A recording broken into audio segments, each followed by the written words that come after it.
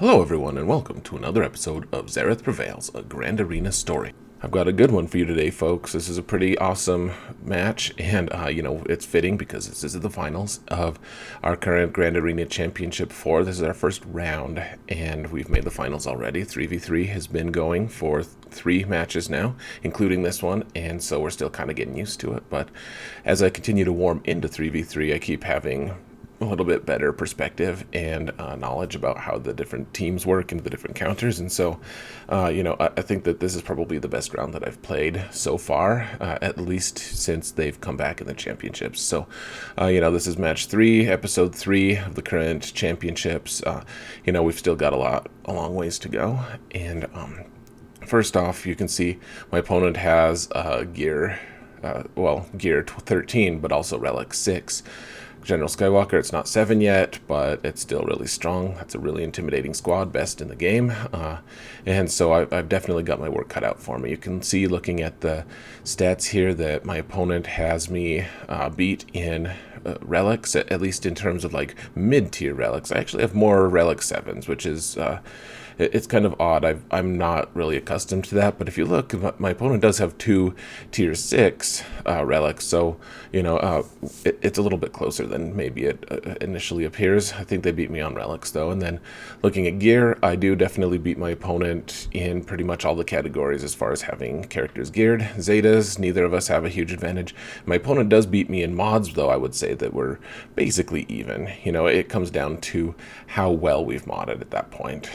Looking at our total Grand Arena statistics, I do have him beat in lifetime banners, and most of these stats, except for defensive wins, my opponent has beat me by a small margin. Undersized wins, I win, but not by much. Like, I am ahead in most of these categories, but honestly not by much. And in 3v3, it doesn't really matter that much. So this is a pretty close to even match, and I'm really excited to show you guys. If you go to Troy, glory will be yours. They will write stories about your victories for thousands of years. The world will remember your name. So moving into this match, I was expecting my opponent to have placed General Skywalker on defense, because I assume that that's what most General Skywalker players do. And so I was kind of surprised at first to see that my opponent had not placed General Skywalker in the front rows, though as I continued to look at the squads, I was increasingly more convinced that my opponent had put General Skywalker in the back row. And you see all these really tough teams, like they're all pretty well constructed, and none of them are extremely overpowered, but really, let's look at the first zone again. We have Darth Revan with Badstila and HK, and they're all Relic 4. Then you have Emperor Palpatine with Malak and Vader, and that's a really strong combo actually in 3v3. That makes 2 really strong squads. And then the Telzin squad with the Acolyte Chaze is actually potentially better. I think I'm going to try that on defense next time, but it's not an easy zone at all. Like, this is actually a really, really tough zone, and then I have to make sure that I'm not using Commander Luke, because Commander Luke needs to be able to deal with General Skywalker once I get to the back zone, if I can get to the back zone.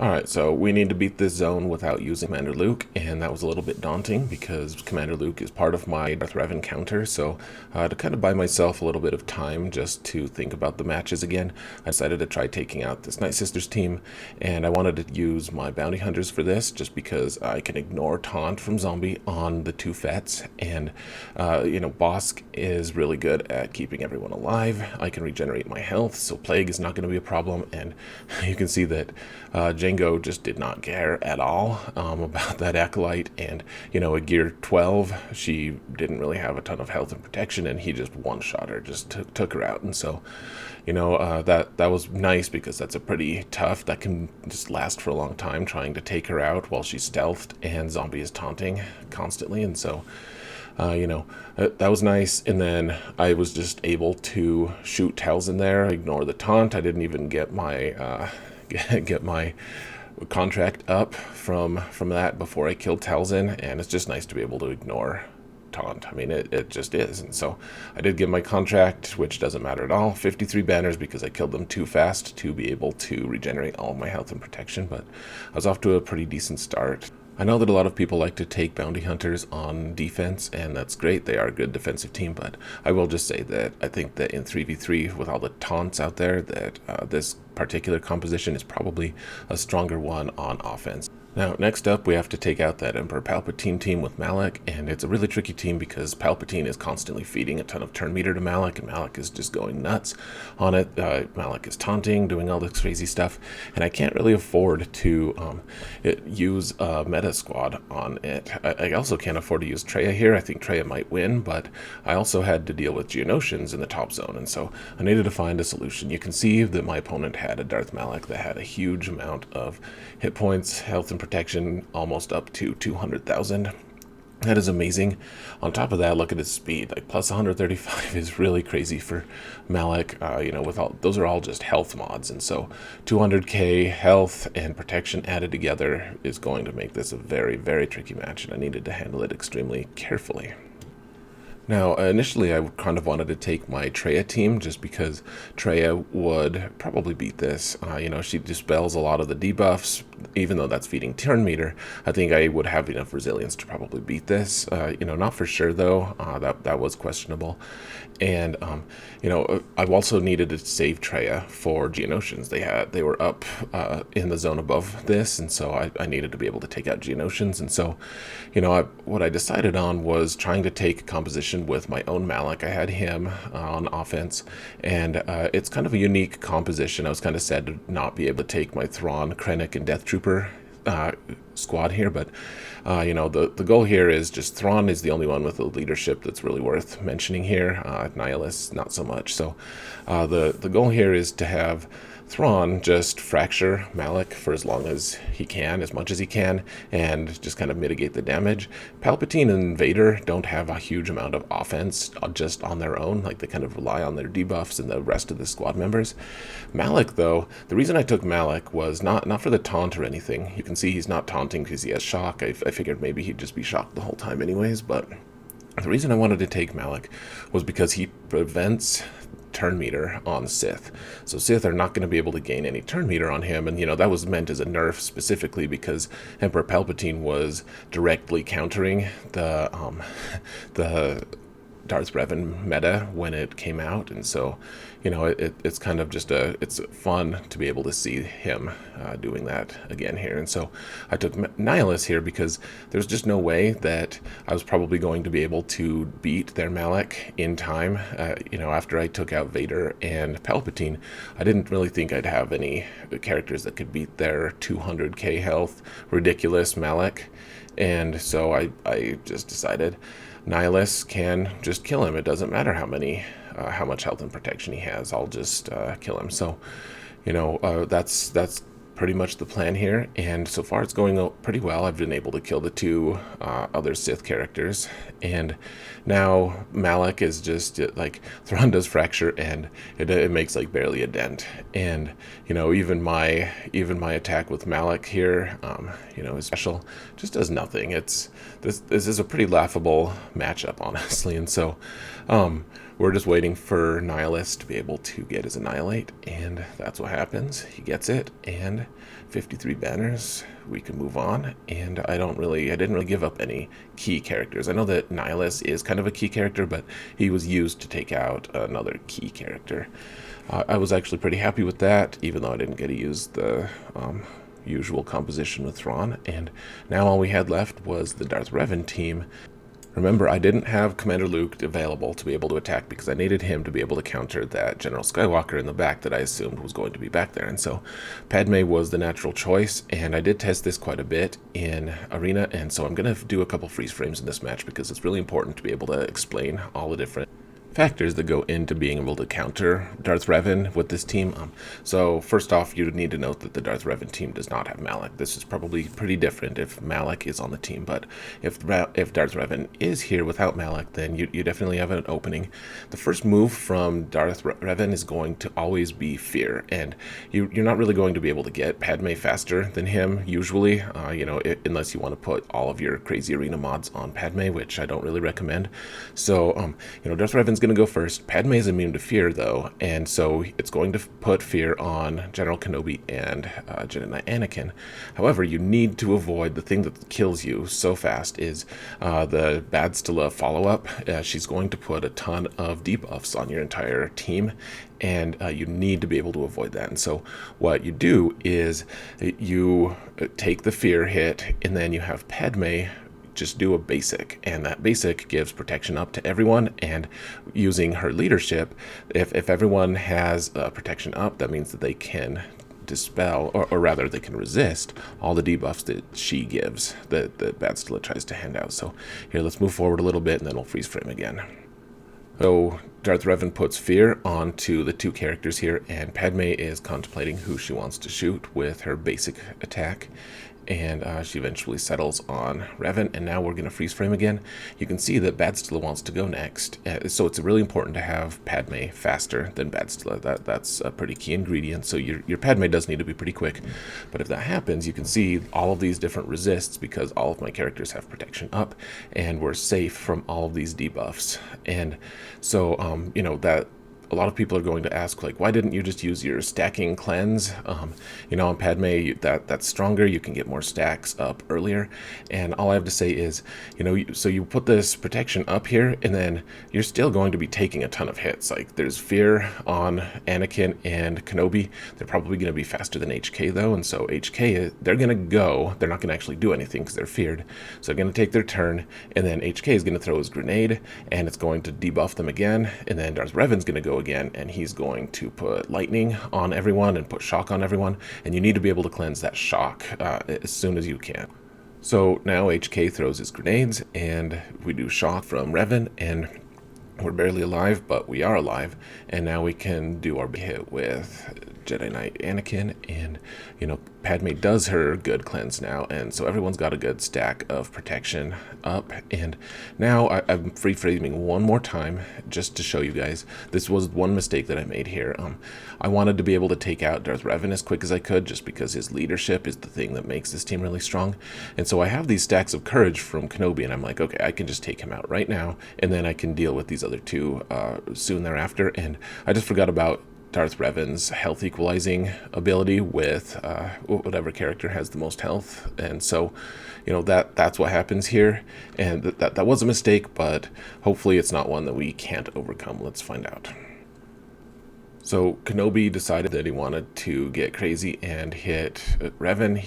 Revan then just passed the damage to Badstila, and so what I should have done was just target Badstila, and in repayment, HK destroyed my General Kenobi.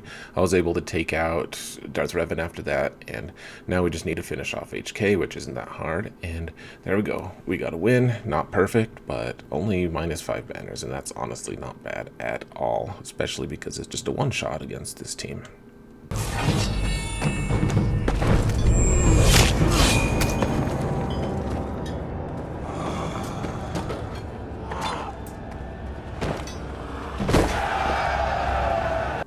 Alright, so beat the first zone with 0 fails, and that's really great. Really happy with that result. And the back zone doesn't look that tough. That General Kenobi squad with Jolee looks really rough, but I wanted to start attacking the top zone first so that we could get into ships, and we have full information now.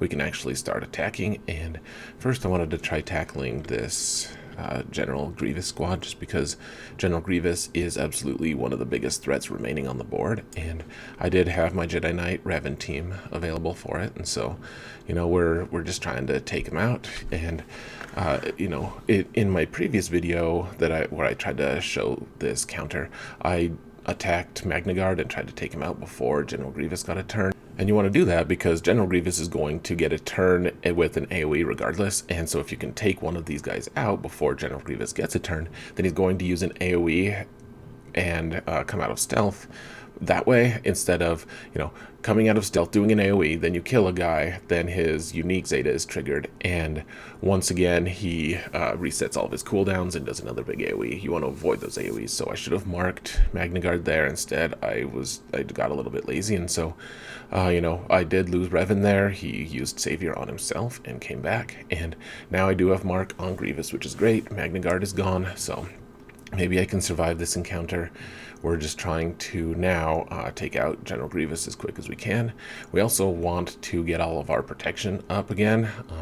However, this Grievous is actually a lot faster than a lot of Grievouses that I've had to deal with in the past. And so, he's getting turns, and then B1 is also just healing him a lot, which is frustrating. I think I'm going to start running this composition from now on. And, this was a really good result that I was able to take him out. But now we're just trying to get as many assists as possible on everyone so that we can heal our protection and, try to get as many banners as we can. And, we have a limited amount of time to do that because B1 is, he has a limited number of hit points and he doesn't really regrow them fast enough for us to be able to, draw this out indefinitely. So I'm just spending a lot of time trying to figure out, which person I should have assist. I recognized pretty early on that I wouldn't be able to get everyone to full protection before B1 got taken out. And so I was just gauging which person I wanted to do that most for. And, in the end, I got the win, which is the most important part, of course. And then I had to wait for a really long time because I think I almost got disconnected or something, and it was pretty nerve-wracking because if I had lost this team to General Grievous after I had won, I might have lost my mind. But we'll continue to wait here just because I had to wait and was in suspense, and I will let you guys suffer with me. So eventually the words came up and I got 52 banners. I was really hoping for 53 there, but I still got the one shot on General Grievous, and we can move on with our lives. So now we're just trying to, pick which squads we want to be able to beat. I'm kind of going back and forth between zones here, or eventually I will start doing that.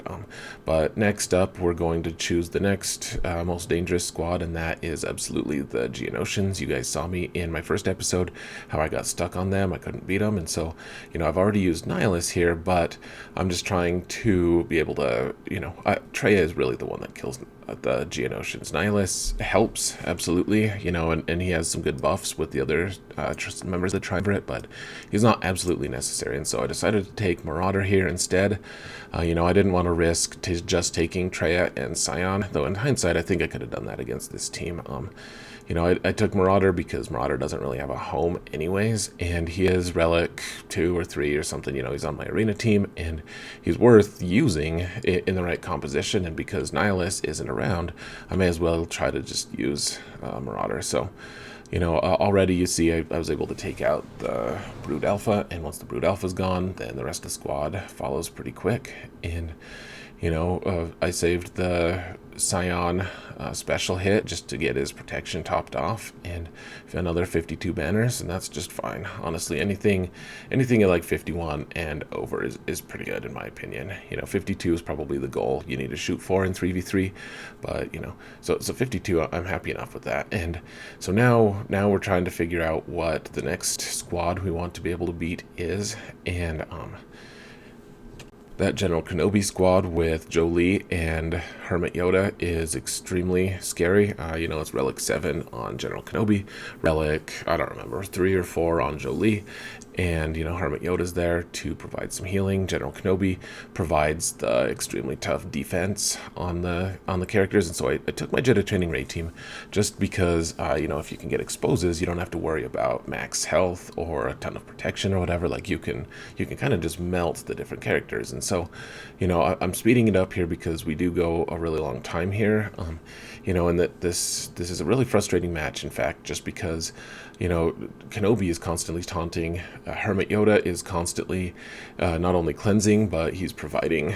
he's giving his master's training, he's, just being a frustrating guy. If I kill Kenobi or Hermit Yoda first, then Jolee's just going to revive them indefinitely, and so I'm just trying to take out Jolee. The problem with trying to take Jolee out is just because he has so much crit avoidance on him that I can't actually land my exposes, and that was a huge oversight on my end. Usually that's the strength of this team. Another oversight is I took R2-D2. I honestly think that I probably should have taken like almost any other resistance character. Like I think Finn would have been perfect here just because his offense builds and I'd be able to take these different characters out pretty quick just because eventually he builds up his hitting power to the point where he probably can one-shot Jolee, or at least come close, especially in tandem with Rey. And so that was definitely my fault. And let's fast forward even more. Let's get it a little faster. And, at some point I realized that I was probably not going to be able to take Jolee out, and I needed to at least have something to show for my fail here. So, frustrating enough that I couldn't kill Jolee, and I wish that I could, but because I can't, I decided to take out Kenobi so that at least I would have an easier time trying to take this team out on my second try. And so, you can see as the clock is winding down, my focus shifted to Kenobi, and now I just decided to sit here and wait to time out just so that Jolee didn't go and revive him. So sucks that I lost. We did kill their leader, so they don't have a leader anymore. And then I kind of compounded my error here just because I wanted to take this team out. I figured, okay, my machine gun Leia team is absolutely good enough to beat this. And then I realized once I did that I wasn't going to be able to do that to Jolee just because it relies on exposes, and exposes are not going to land on him because of all of his crit avoid and all of just all the different things in his kit. His tenacity is really good, and they're dispelling things constantly between the two of them. And so let's fast forward a little bit more here. Even let's make this faster. I started at faster, and we're going to go even faster. So we're just shooting Jolee as much as we can, shooting, and I really love this team. Actually, it's a really good offensive team, and Jolee is just a great defensive character. Like you need someone good to be able to take him out, or you need a better plan. And this just wasn't working. Every time I thought I'd been able to get his health down a little bit, just nothing worked. You can see he's just healing and resisting and doing all this annoying stuff. And even though he doesn't have the General Kenobi leadership to help him, he's still just good enough on his own. And my Gear 11 Leia isn't helping. Like, she doesn't have a lot of natural hitting power at this point. She's just relying on exposed damage. And I was hoping that I would be able to land a few exposes in a row and be able to take him out, which I did a couple times, but eventually I just quit out of frustration. So there you have it, folks.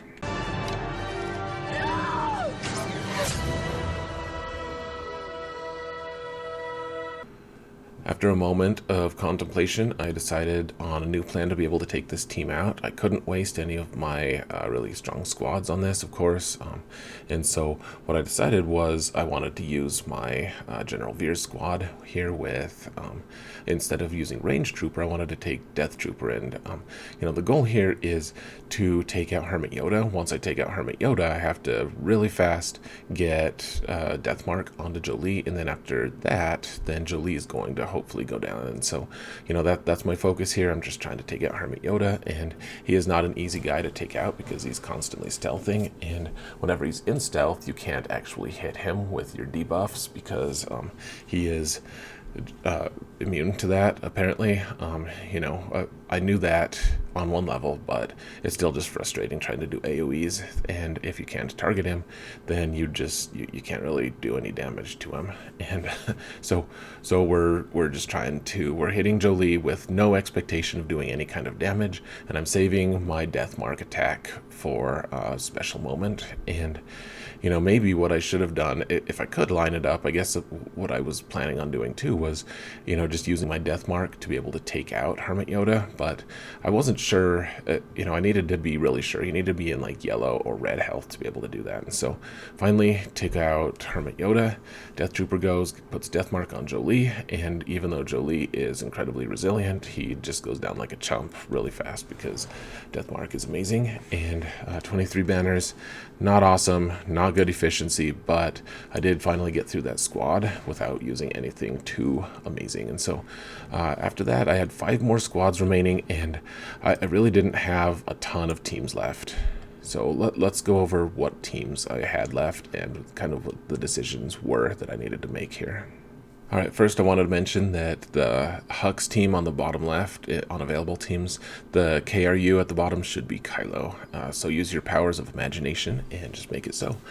Let's look at the opposing teams, however, first. And you can see that my opponent had a pretty strong Asajj team. They didn't have any tanks, but it was all relict and really strong. The Phoenix squad had all their Zetas, Gear 12, and it's a pretty resilient team. The Dooku team really worried me because Wat would immediately go and put the invincible taunt on Sunfac, and Dooku would just be kind of peeking out and just hitting me with lightnings and stuns, and I wouldn't be able to do anything unless I had some way to be able to ignore that taunt. And even if I did, Dooku would be in stealth quite a bit just because of his kit, and so I needed something to be able to take him out. And the obvious answer to that was my Commander Luke team. The Carth mission Zaalbar team was also a squad that is problematic just because Zaalbar is such a really strong tank and he can passively taunt, and that whole team has a lot of synergy. And then finally L3, Qi'ra lead with L3 and Vandor is also really resilient. So a lot of these teams are kind of timeout teams, but they all require a pretty special approach. And so you see that, I put the mint green on the Hux team with the false KRU, and that just means that I'm relegating them to like kind of backup duty, just because I didn't really think that squad was probably going to be able to beat any of these squads consistently. And so, they're a good backup team or cleanup team, but I needed to avoid using them as my primary team. The first most obvious thing, I needed to find a way to use my Qi'ra Nest team. My Nest is Relic 7. I needed to be able to utilize her, and the most obvious use for her, after I took into account all the different days from the different characters, like Mission has days that is going to go off regardless because she has stacking potency, and Zeb along with Hera and her Zeta was going to be able to also not only daze me but stun me and probably be able to take me out. I didn't really know. So and in addition, the Nightsisters were also really high potency, and so the most obvious use for the Qi'ra Nest team of mine was going to be against their own Qi'ra team.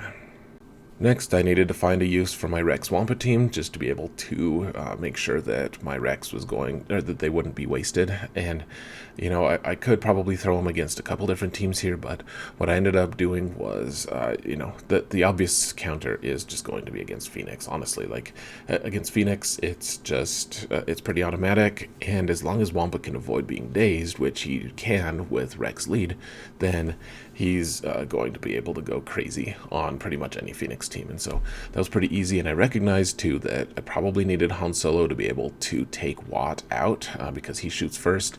He goes first before Wat has a bonus turn, and so if I could shoot Wat, then that Dooku team wouldn't be nearly as scary.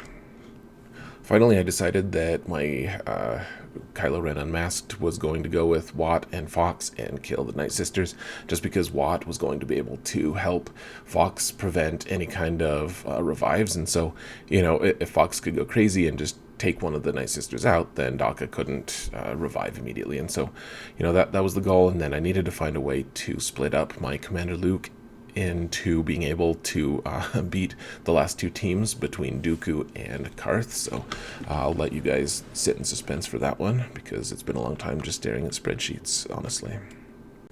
I decided to go for my least certain counter first, and that was going to be my Qi'ra Nest against their own Qi'ra team, just because Nest does hit pretty hard, but L3 has certain mechanics to be able to avoid all the different, the critical damage and everything that Nest can bring. And so, I went into this undersized. I wanted to get that undersized bonus, of course, and the approach here is just Nest isn't super fast, and so whenever they hit her, she's just going to be countering, and she is Relic 7, and I do have crit damage up on her.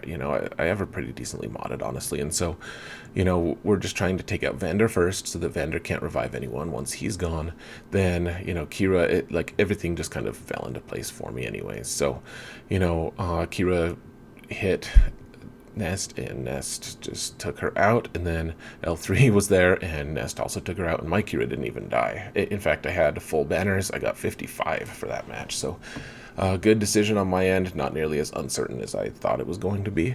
But next we need to be able to counter this Carth team, and with Commander Luke at the head, I wanted to be able to, I needed to find a couple more characters that were going to go well with it. I needed to save Chewie and Han for the Watt team, but, Commander Luke is good because he can ignore taunt, and then I decided to go with Baze and Chirrut just because they're good at negating a lot of the damage over time that Carth does. Chirrut can cleanse, and then Baze can also dispel. He has 2 different dispels, and so whenever Baze goes, he can dispel Vandor. So, the goal here is just to get some damage on these guys. We want to be able to take out Carth and Mission before we focus on Zaalbar. And so, right now I'm kind of hesitating, do I hit Carth and try to take him out or what? I did manage to take him out with Commander Luke. Great opportunity taken for me. And, then Zaalbar didn't even taunt from that, actually. He just went, he took a turn and taunted naturally. So now we're just trying to, take out Mission as well. She's stealthed, of course, so we're just taking damage, and, she came out of stealth pretty quick, and, now we're just trying to take her out again. So Chirrut does cleanse, and, Commander Luke can still ignore taunt and was able to just take out Mission, and now all we have to do is take out Zaalbar. So, pretty good odds of being able to do that, even though he's got his counter up. Pretty soon we'll be able to take that out, and then he's not going to be able to counterattack anymore. So I'm speeding it up just a little bit here, just because we don't all need to watch this. Chirrut used to actually have a lot of offense, and he used to be a pretty good attacker, and he's just he's fallen behind quite a bit by now, but this team, in 3v3 still has some value. Chirrut and Baze can do some good things, and so, we're just waiting to be able to take them out, and we do. 52 banners, that's about what I expected. Commander Luke could get back to max. The other 2 couldn't really regenerate their protection, and so, now we've got the next zone clear, and we can look at what the fleet is, even though we're not going to attack the fleet until the very end, because that's how life goes. I don't really like to attack fleet at all, so I just put it off.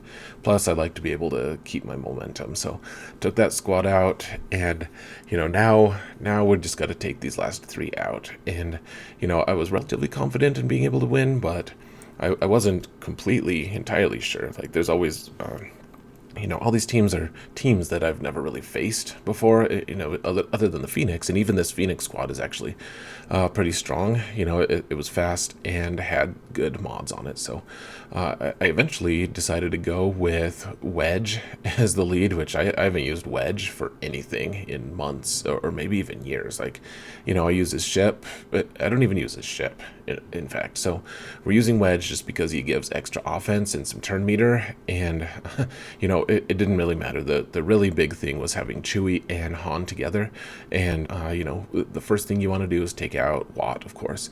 Once Watt is gone, then we're just going to take our targets of opportunity as they come.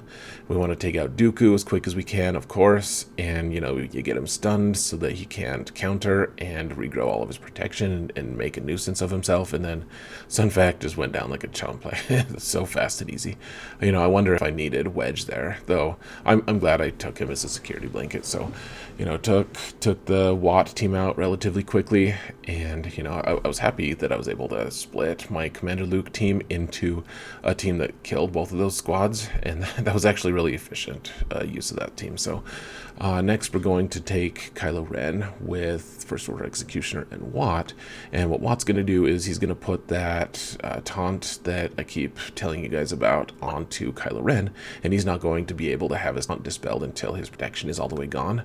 After that, then I'm going to put the weapons tech onto First Order Executioner, and he's going, the weapons tech is the thing that prevents any revives if he takes someone out with it. And so after that, if Watt dies, it doesn't matter that much. You don't want to lose the banners, but the two necessary characters are just going to be going consistently now.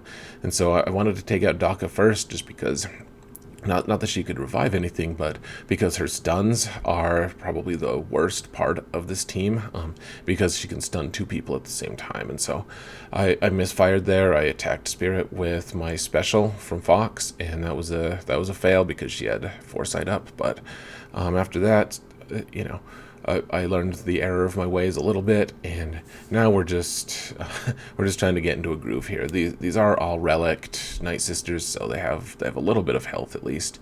And the only damage dealer I really have is Fox, but he's more than enough. He's relic 1, and hopefully he'll be higher than that even once we get into our next phase. But 54 banners here, pretty easy against a pretty strong squad.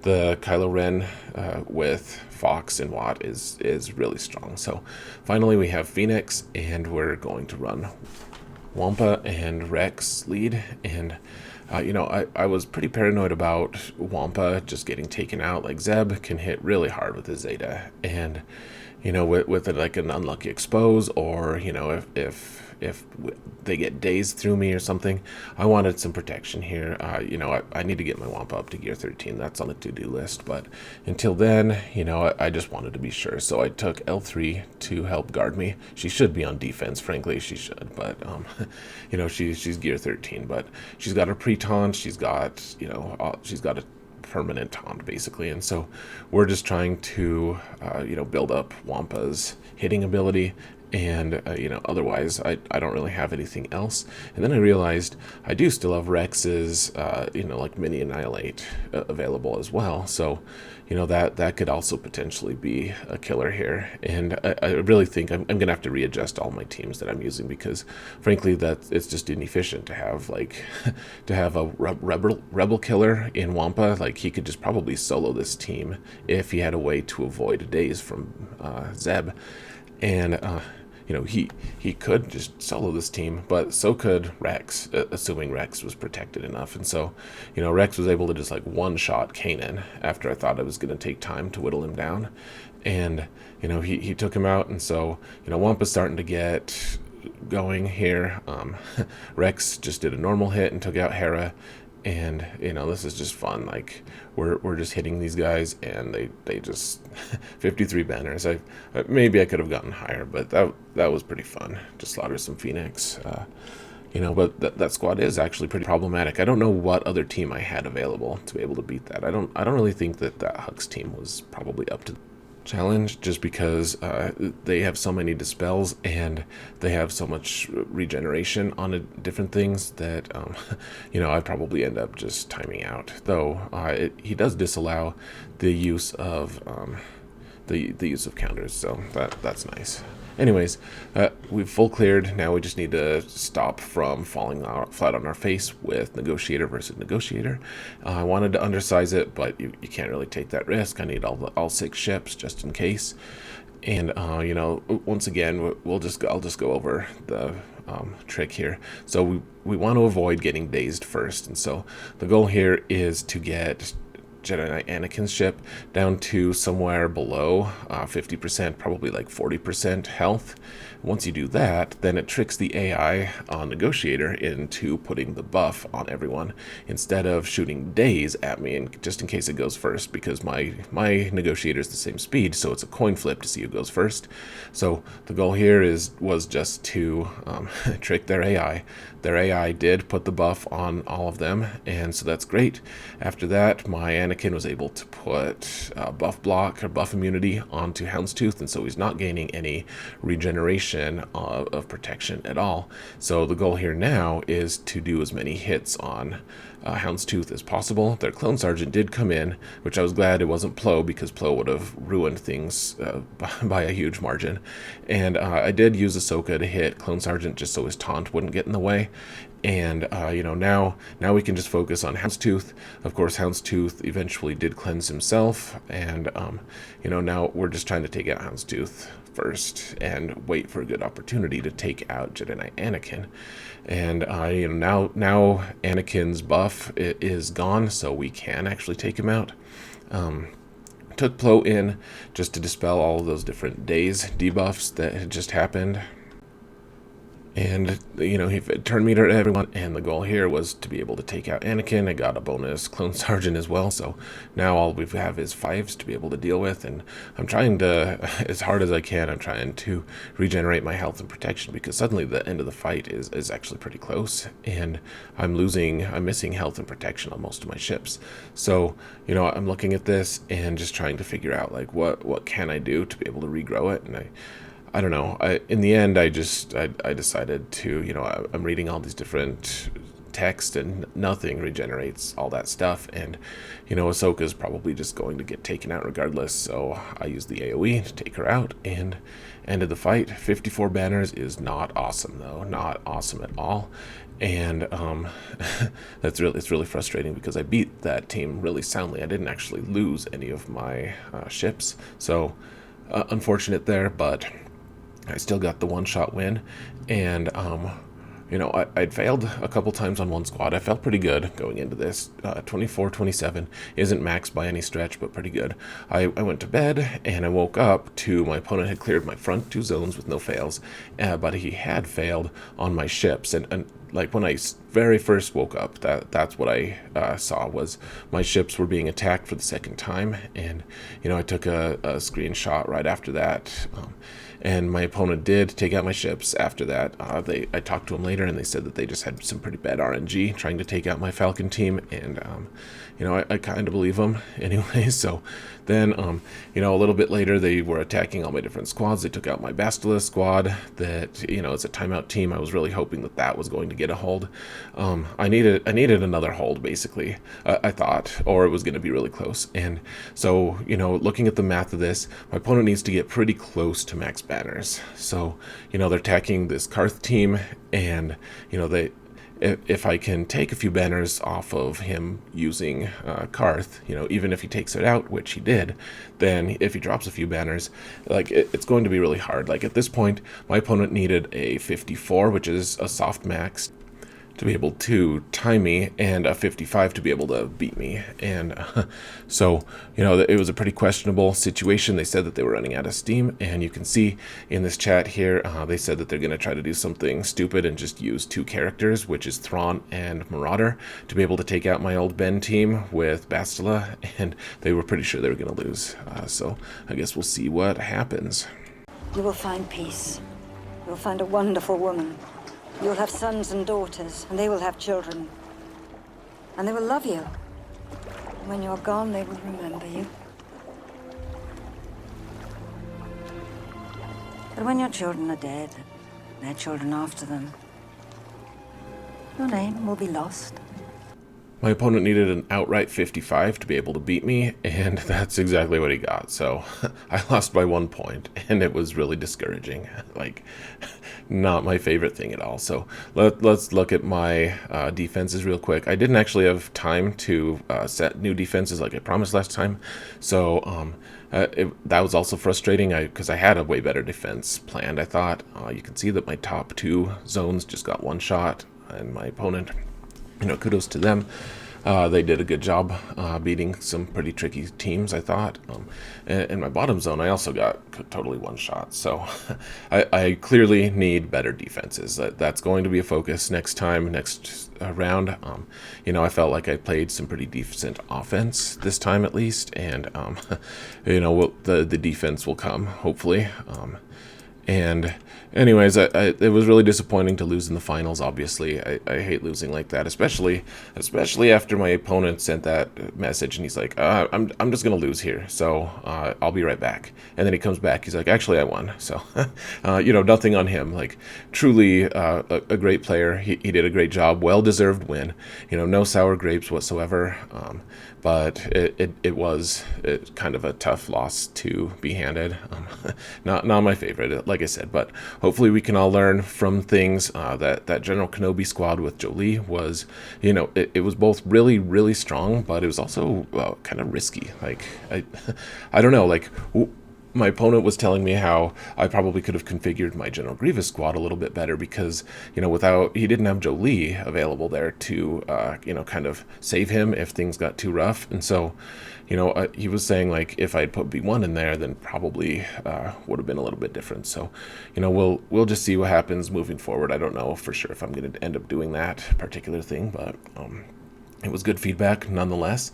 And, at least I did get some rewards. I got second place, I got a Zeta, and I got a lot of good feedback on my defenses, which is that they suck and they need to be replaced. So anyways, I'm really excited to continue to move along. We're almost in Christmas. I'll probably be doing a Christmas special next time, so we'll see how that goes. And anyways, guys, thank you so much for watching. Stay tuned for our next round. That'll be up in a couple days, I'm sure. And until then, remember that in all things, even at losing, Xaereth prevails. Like, I could be absolutely the best at losing out there, I'm sure. At least, if I wanted.